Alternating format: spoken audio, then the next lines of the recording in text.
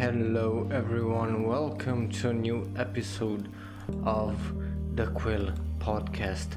I am your host, and as you can see on your screen right now, we have a lot to talk about. Last time we left with my grandfather at the end of 1944, to be more precise, somewhere in October, after the bombardment of Cluj, and with Romanians slowly taking pace together with Russians to attack Hungary and to push further back on,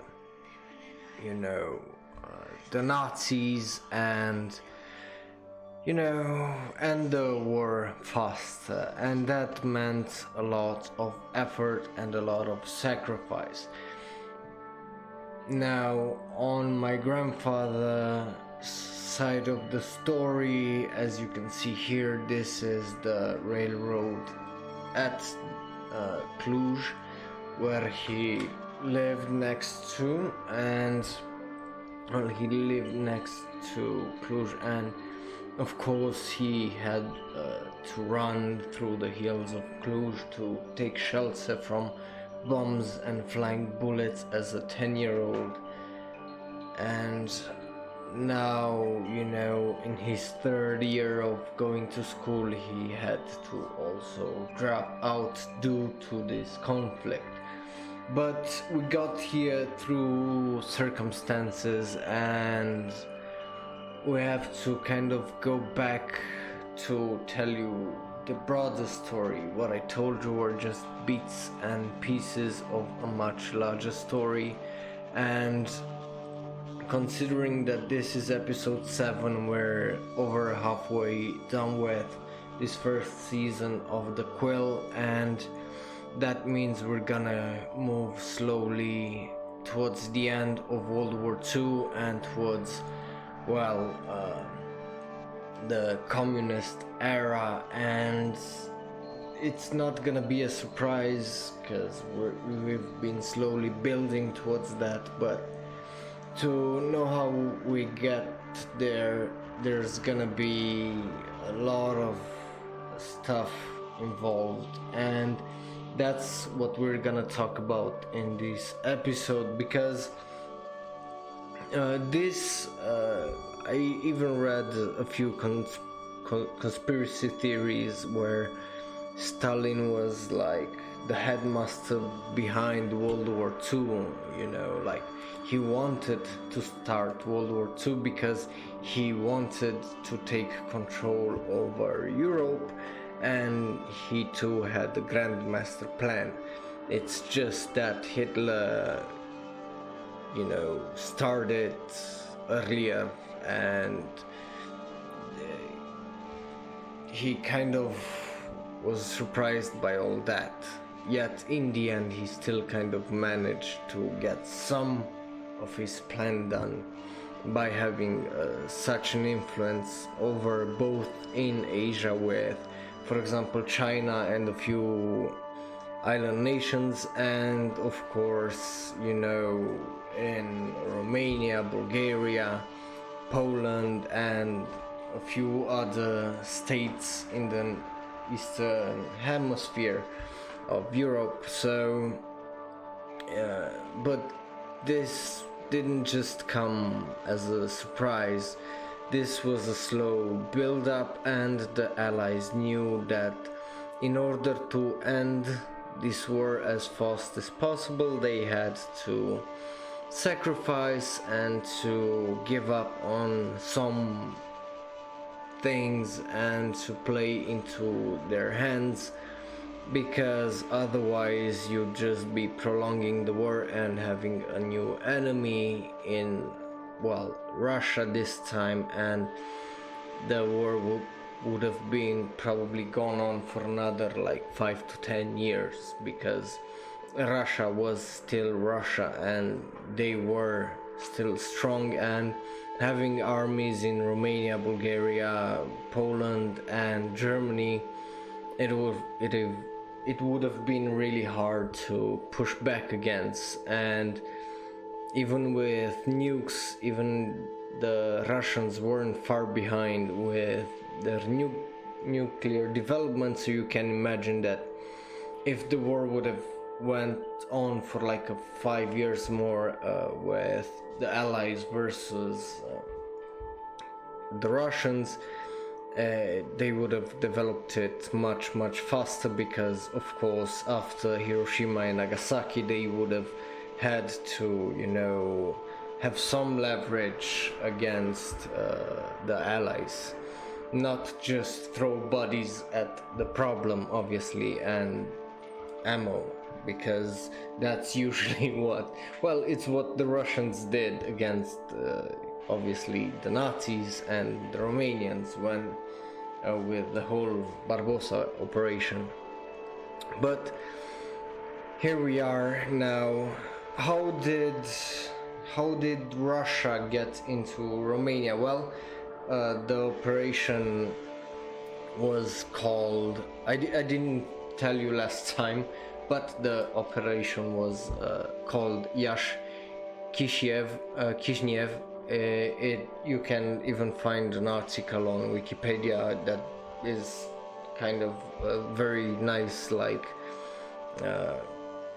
summed up thing there.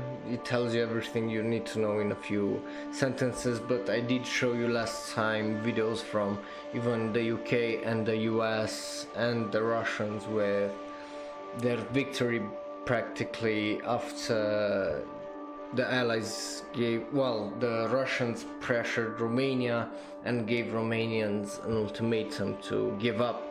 Yet they didn't, so of course they entered Romania through Transnistria, through what's now the Republic of Moldova, and then into what is now Iași, or Iași, how it's written on that Wikipedia page, and then made their way slowly south and into Bucharest. I showed you videos with Bucharest, with both the Red Army entering Bucharest and the Romanian people celebrating it, and of course with the Communist Party basically taking over Romania. But this wasn't just a mistake, or this was merely planned by both Stalin and Churchill meeting in Kremlin and coming to terms as the Allies were pushing Nazi Germany back in the West by having regained France and, Belgium and Holland, and with every step forward the victory was clearer and clearer, considering that before even Romania turned, Italy had turned against and surrendered twice, but the second time was for good and Mussolini couldn't escape. So this meant that now with Romania turning against the Germans, that was a huge blow, of course, with the operations in 1943 against the Ploiești oil fields. That was another huge blow done by the Americans to the Romanian oil fields, which helped kind of handicap Nazi Germany. So piece by piece it was coming together, and the Germans were falling back behind more and more.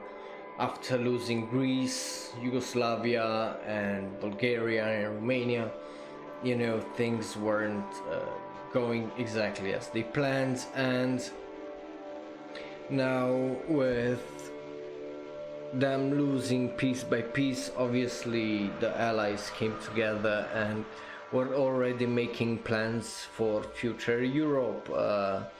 For example, Bulgaria and Romania were very important to Stalin. He insisted that he would want Romania, Bulgaria, Czechoslovakia, Poland, and you know the rest going up.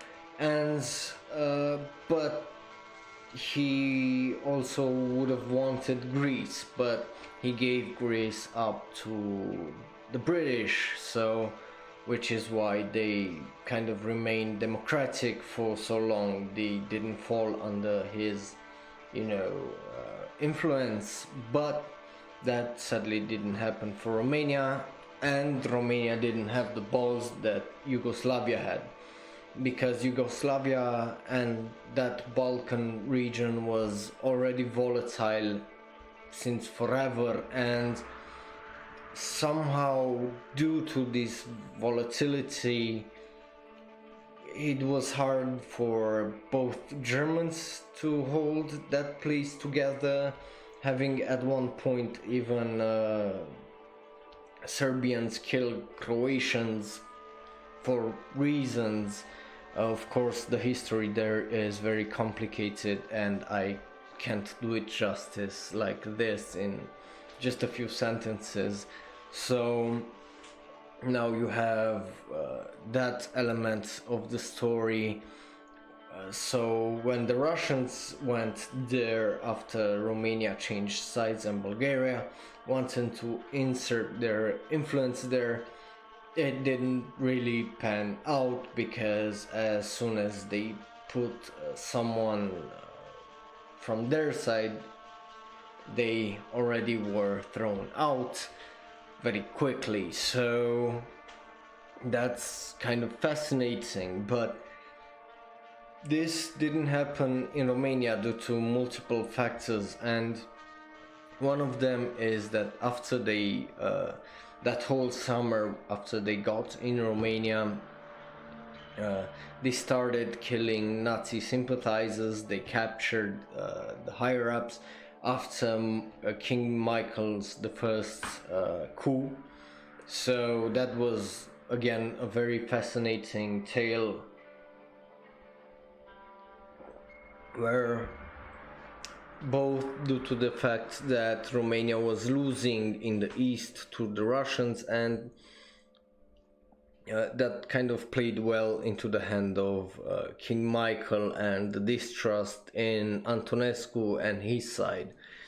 So slowly those tides have had to turn, and they turned in the form of a coup. And we already talked about this a little bit, but when the coup happened, a bunch more things happened. That's why I'm again talking about it, because it wasn't just a simple coup. There was also the fact that there were people installed already, sympathizers of the Communist Party, and slowly but surely they had infiltrated and made their way towards, you know, taking over Romania. And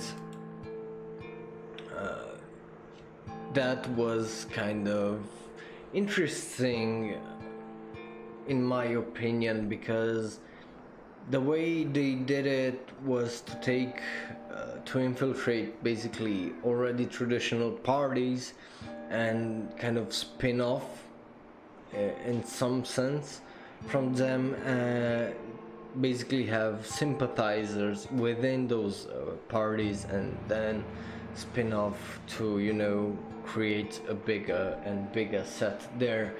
But with that said, after, you know, Romania, after the Russians got to Bucharest, to Romania, they basically put up their people, and there were a few people. One of the most noted one is Petru Groza and Gheorghe Tătărescu. That's one of the names.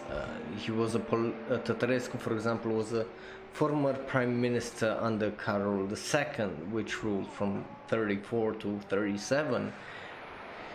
So, they were already having a lot of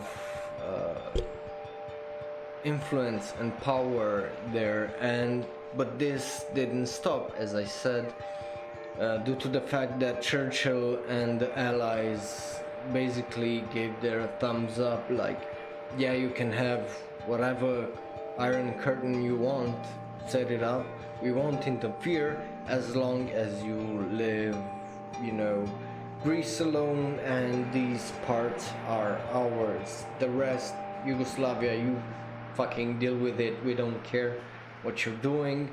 But even in Yugoslavia, they somehow managed to get back to the democratic side, and well, that didn't really pan out because it turned into a bunch of wars.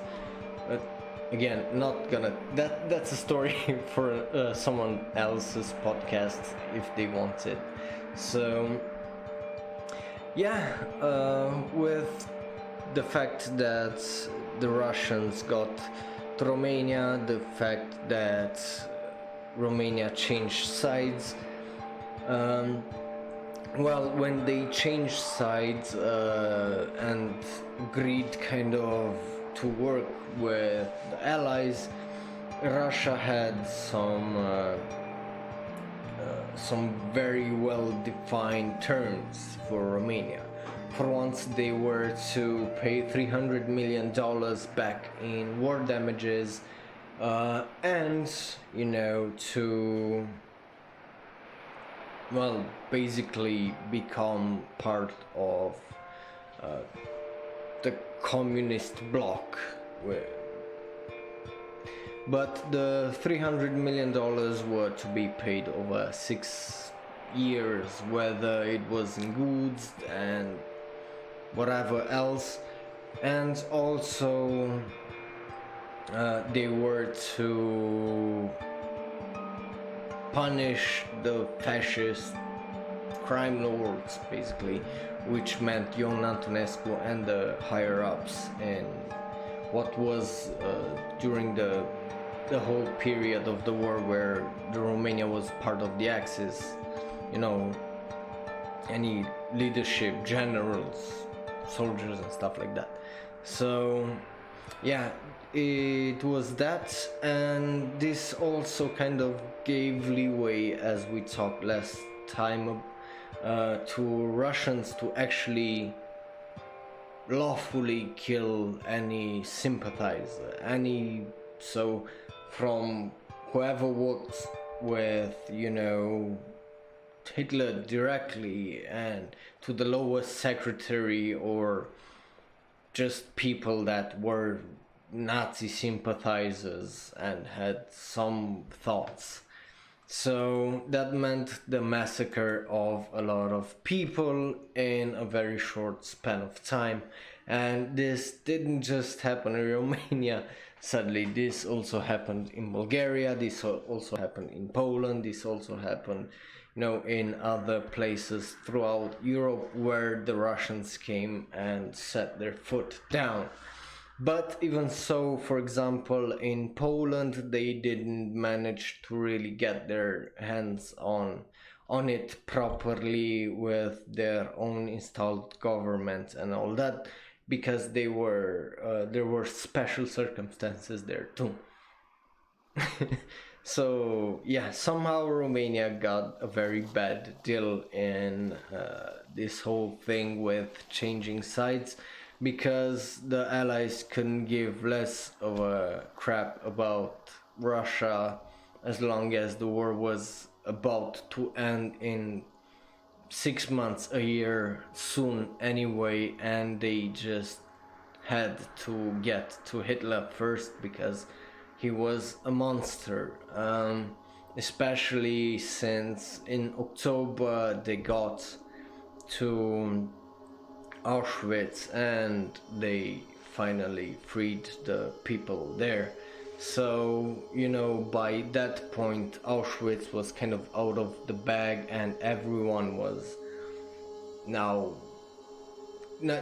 people couldn't be willfully ignorant of what he was doing there, because propaganda is one thing and you doubt propaganda in times of war, but facts like we found millions and millions of bodies and a concentration camp that kills millions and millions of people ain't that nice, and you can't play like dumb about it. So, well, you can try, but that's besides the point. So, once they found out this, it was all out against Germany. And what else? I had one more point kind of to make, that I also made last time. But it doesn't matter. What matters is the fact that Romania had changed sides, they had terms in place, they had money to pay, but Russia did know kind of the bad economic state of Romania in the bad shape that it was. So with that said, obviously,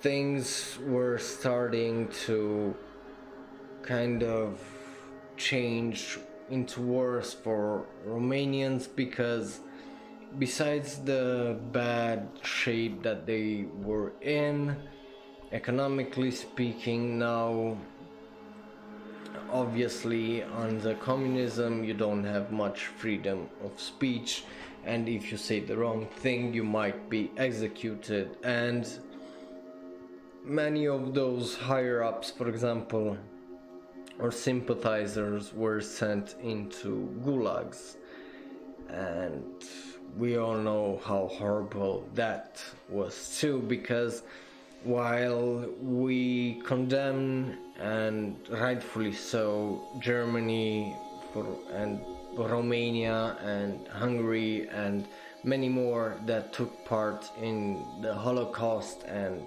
pushed for it, where the Russians weren't clean either in terms of killing Jews and gypsies and any and all nationality that stood against them, and they didn't really have any scruples or shame in doing it. So, but they always thought to do something, like here in Romania, where they forced, basically one of the conditions to join the Axis was give us all your Nazi sympathizers and anti-state people, anti-state, anti-communism basically. And of course that kind of put them into a legal, I don't know, I really don't know,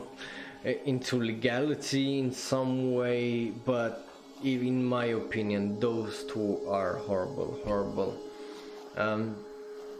deeds. And with that said, now we kind of know the beginning of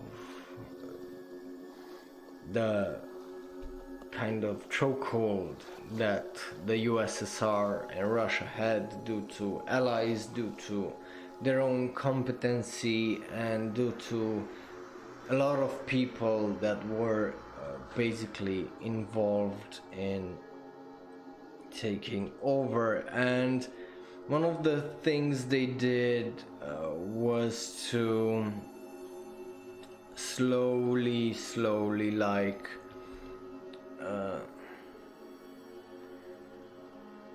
integrate like the police force, the printing press, the radio, the bits and pieces of Romania's economy and power structure. Like by 1945 they had a government, and well, the king was a powerless king, so it wasn't really looking too well with them making their way through all of Romania's hierarchy, trying to grip tight at it and really constrict them. And there were a few people that I already mentioned that were really important in doing so. So yeah, it was still something interesting, honestly, but with that kind of, Romania joined Russia in obviously liberating, and Russia was kind enough to say, yeah, we're gonna give you Transylvania back after we take it back, so don't worry about that, we're gonna go and do that. So we all know that after August, in September, the march towards Transylvania started, and slowly they made their way up north and west, taking, you know, bits and pieces. And here is where maps come in play, because look at this. So this is actually a modern Hungarian map that was made by someone, and this is about that Iași, Chisinau, and then the further advancements of the Russian and Romanian army towards north and west, as I said. And here you can kind of see after the Battle of Kishinev, which is Chisinau, after these battles and slowly moving towards Iași, they started moving slowly. You see here, even the dates, 20th of August 1944, and they started moving slowly towards Bucharest, and then they took over Bucharest, obviously, and then you have the movements into in a few directions. One is the south, where you have for example here the Russian army waiting to actually enter Bulgaria, because Bulgaria wouldn't budge. They didn't budge until Romania until the Russian army, the Red Army, got to Bucharest. And once they got to Bucharest and took over Bucharest, Bulgaria very soon, a month later, followed. So you see here the 1st of September 1944. So it was something very interesting, the way everything kind of came together here. And it's something you just wish, for example, I would wish, for example, I would wish, for example, in a game like Hearts of Iron or some strategy game to happen, where everything you want falls into place. And now after Bucharest, after Bulgaria capitulated and changed sides too, you have here two movements, with basically going west through Craiova and the south of Romania to fight in Yugoslavia and Hungary. Goddamn it, I keep saying it in Romanian with kind of an English pronunciation, which is wrong, but whatever. And then we have the path up north from Bucharest going up north to Ploiești, and slowly going through both attacking Brașov here and going through Câmpul Lung, Sibiu there, and Târgu Jiu, Hatzeg. So Romania and the Russians were hitting from every possible place they could find to kind of infiltrate through the Carpathian mountains. As you can see, even here in Moldova, they were hitting hard towards, Transylvania. Even here towards Mierkotachuk and a few other places. So they answered and slowly made their way up. And slowly the Hungarians retreated, but with every retreat they would burn down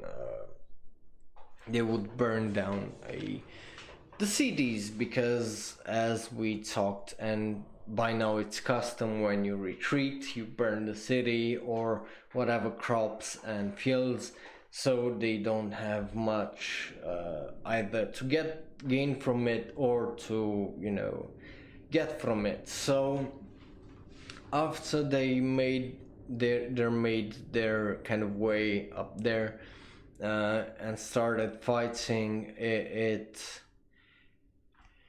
this was in September here, this blue line. So in just 10-11 days, 12, they made their way through Bucharest and they started going up north.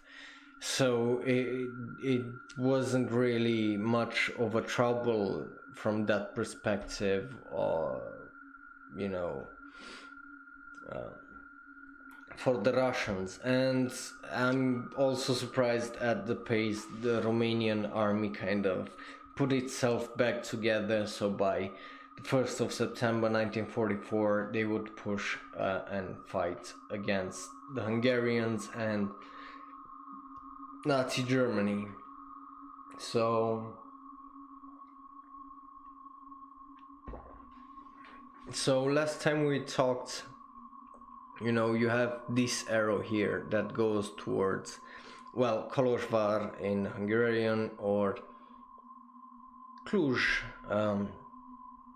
which is exactly where we left off with my grandfather, with the battle of and the bombardment of Cluj, which you can see here was quite devastating. And I'm sad I can't really find more photos, because there should be more photos of that bombing, but then again, Romanians didn't really keep track very well of these things, or they usually hide it because of reasons which I don't really understand, but whatever.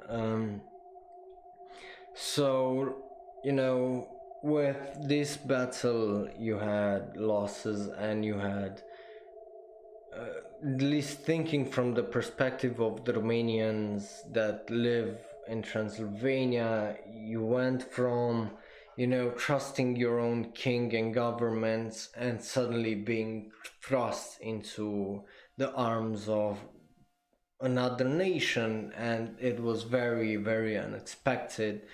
And it was very, very traumatic, because the Hungarians did a lot of horrible stuff with the changing and of the names and the murders and the whole package that was set up. And you can't make those up, since even Ion Antonescu, the Romanian general, through until 1944, went to Hitler and complained like, man, the Hungarians are slaughtering Romanians in Transylvania, this is not okay, this shouldn't be happening, we're on the same side, we're fighting against the Bolsheviks, that should be our goal, and our goal shouldn't be to kill and better ourselves like that.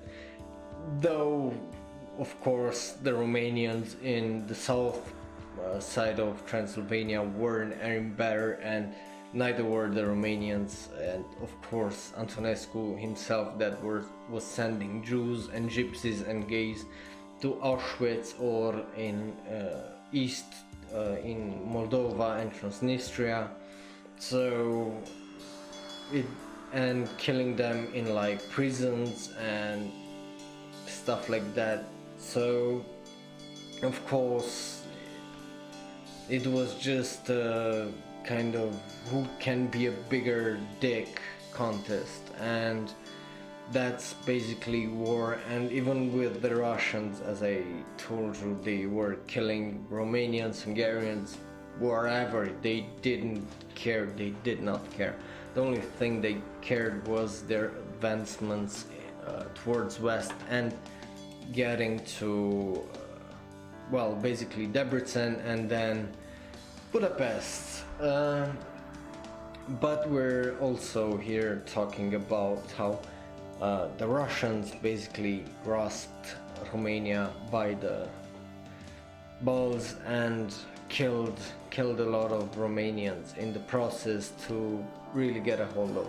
And even like I told you last time, Romania and this front was successful by the end of 1944. This whole region here to even after Debrecen was kind of cleared and won, with Transylvania being given back to Romania, but it wasn't given back. They were like, just, yeah, we're gonna give it back to you. I promise you that. You have that signed paper here. We all agreed that about that. Even UK and the US and France, everyone agrees with that. All the allies agree with that.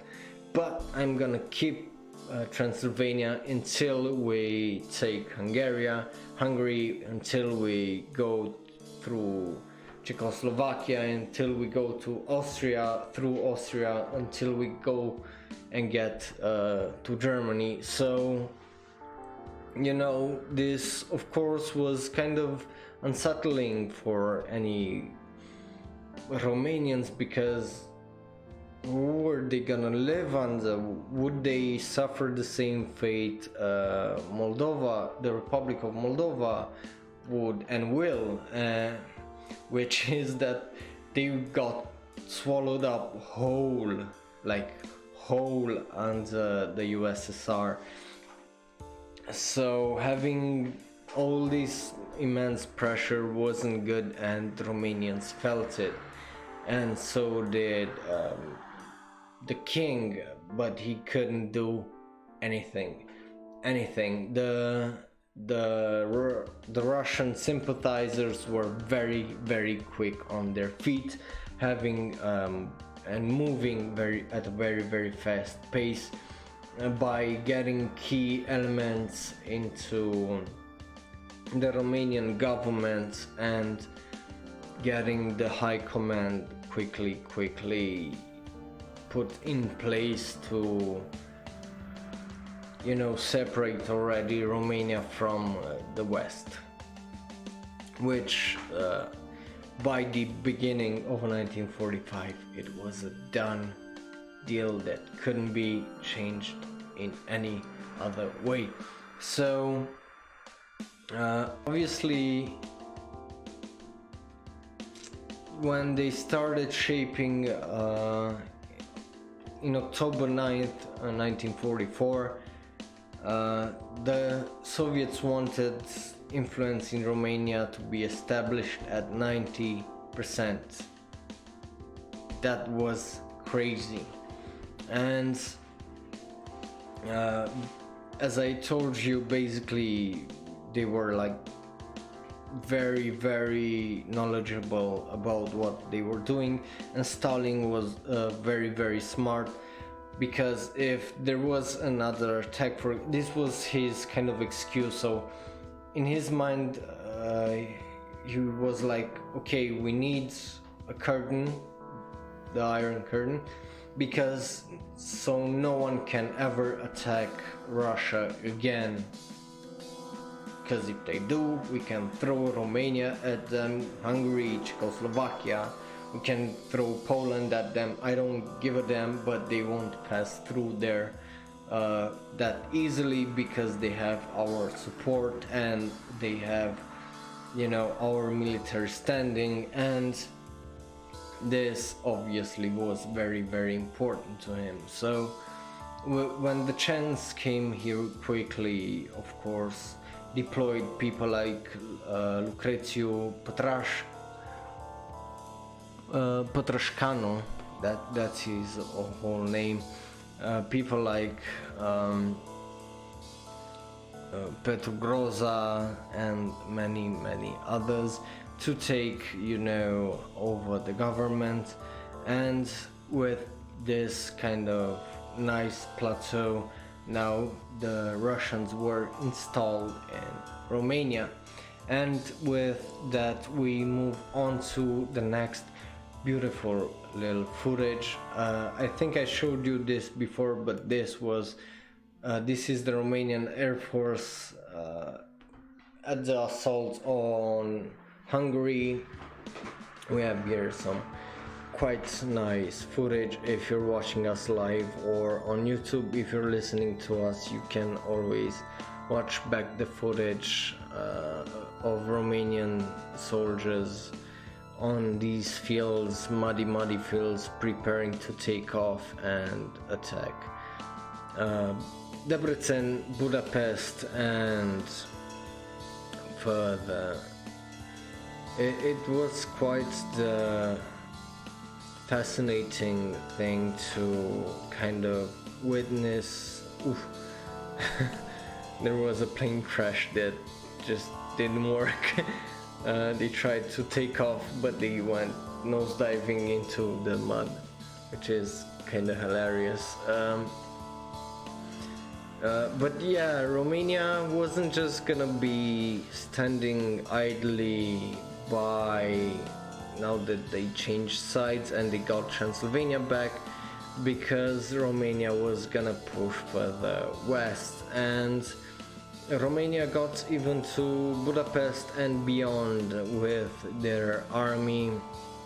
But we're gonna talk more in depth about that next episode. So, you know, with all these things happening here at once, with Romania taking back Transylvania, with the change of sides, Romania was still very much not in a good place, and Romanians were really suffering, and it's gonna show in a few years, and we're gonna talk about that too. Since we're approaching the end of this season, and we're approaching the end of this podcast too, because we're now 45 minutes in, I'm really thinking that I don't know how my my grandfather was a child, he was 10 years old. God, if I remember when I was 10 clearly, and I couldn't give less of a damn about what was happening. Now imagine having to lose your father when you're 5, and bomb after bullet after bullet, being forced to change your family name, being forced to now learn in a foreign language after you've talked for years in a different language, and being punished if you didn't, and then being again bombed, and basically afraid of your life because you wouldn't know if you were to survive. So, and not just that, but having to run away from your house because your house is in the path of the bombs and the way of the Russian and Romanian army, and you couldn't know if you could trust them, because by God, even the Romanians did some, and the Russians did some really horrible stuff taking back Transylvania.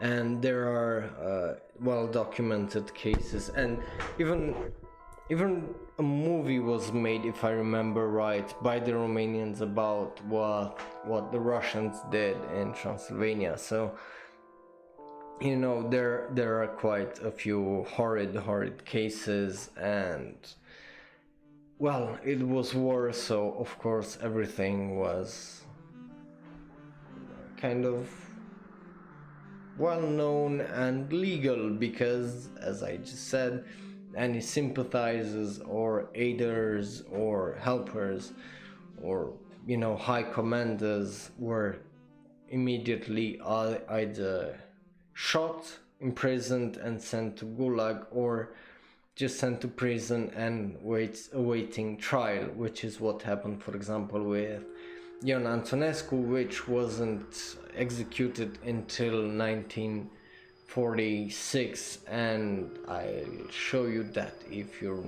nice enough. Because of course, when it comes to execution of mass murderers, there is a video about that. Just somehow not.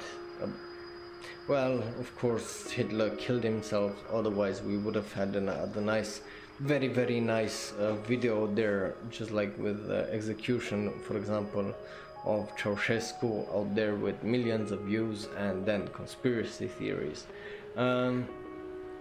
But with that said,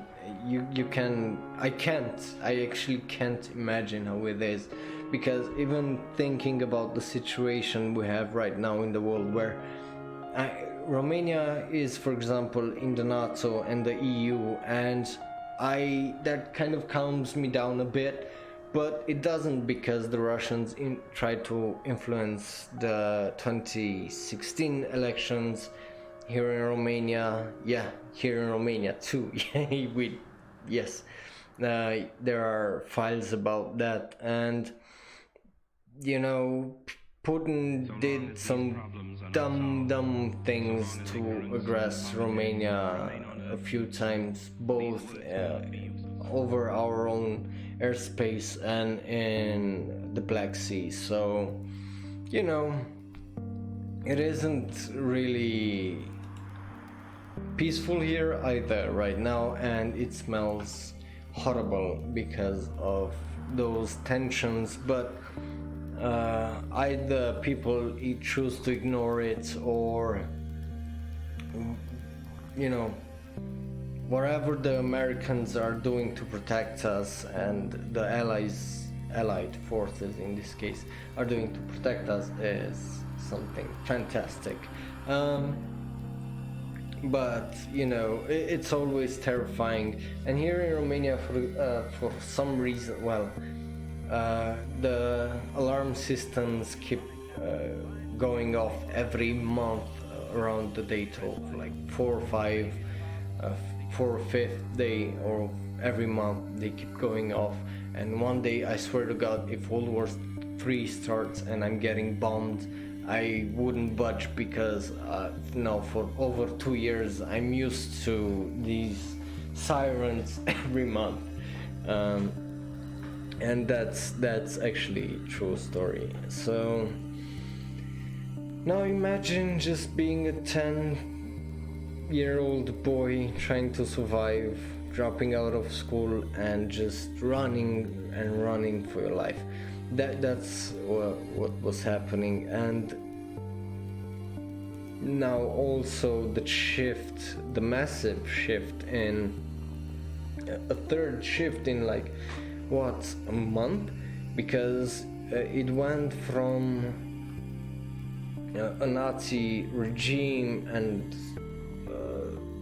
also back to a king, and then communism again, and well, not communism again, but communism. So back to another dictator. It went from dictator to king to dictator, which is absolutely mind-boggling, honestly. And you can imagine the confusion the Romanian peasant must have, because by 1944 and 1945 the majority of the population of Romania, so 80% was peasant. They were peasants working fields, not in cities. Romania had like what, 80 million by back then too. So imagine 18 million, and the top 5 cities each had over 500,000, and the capital, so it, one out of, 5 had over 1 million and a bit.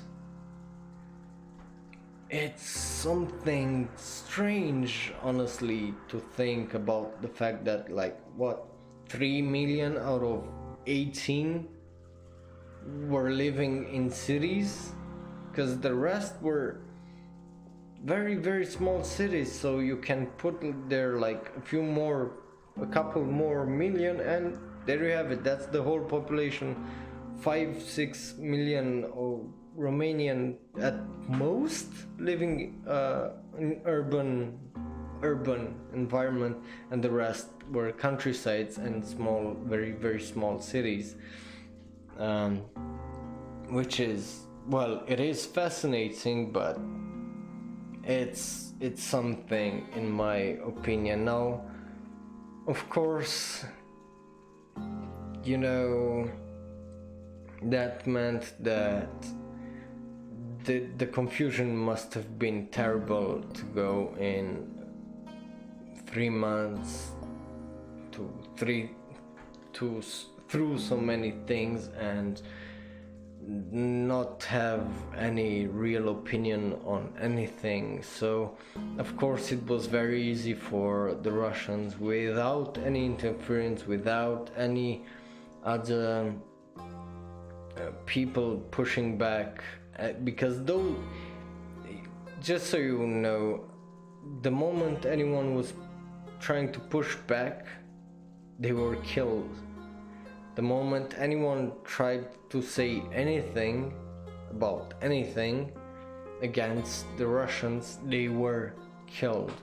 Many of them, like for example, there was a scientist found at the end of 1944, dead in a forest, and they played it like he killed himself, but he was assassinated because, of course, he was against he wasn't a Nazi sympathizer, he was just against the Communist Party and that communist regime which was about to come. So it was all a goddamn mess, as you can very well imagine.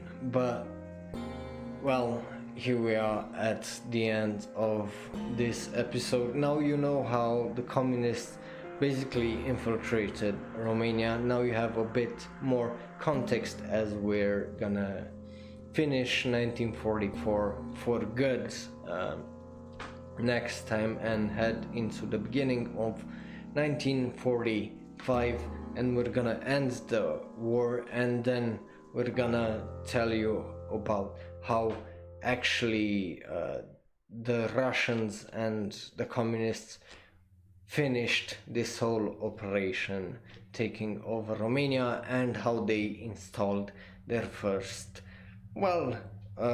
dictator in Gheorghe Dej, and how a woman like Anna Pauker was incremental to doing that, because of course women have a very, very big part to play in this too, because it's Romania, and in Romania women kind of always had a little bit of important part, is just sadly not very well documented here. But with that said, my name is Raul. I really, really hope you enjoyed this episode of the Quill. If you watched me live, thank you. If you watched me on YouTube, also thank you. If you listened, please rate share, and all that fun stuff. Don't forget to read everything I have on raulfo.com. Check out my books on Amazon: Trapped Autumn, Trapped Summer, Trapped Winter, Trapped Spring, all of them in whichever order you want, though I do recommend autumn, spring, winter, and summer.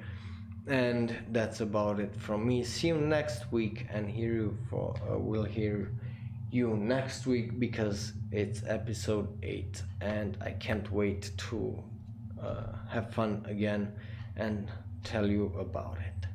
So with that said, see you again next time. Bye bye.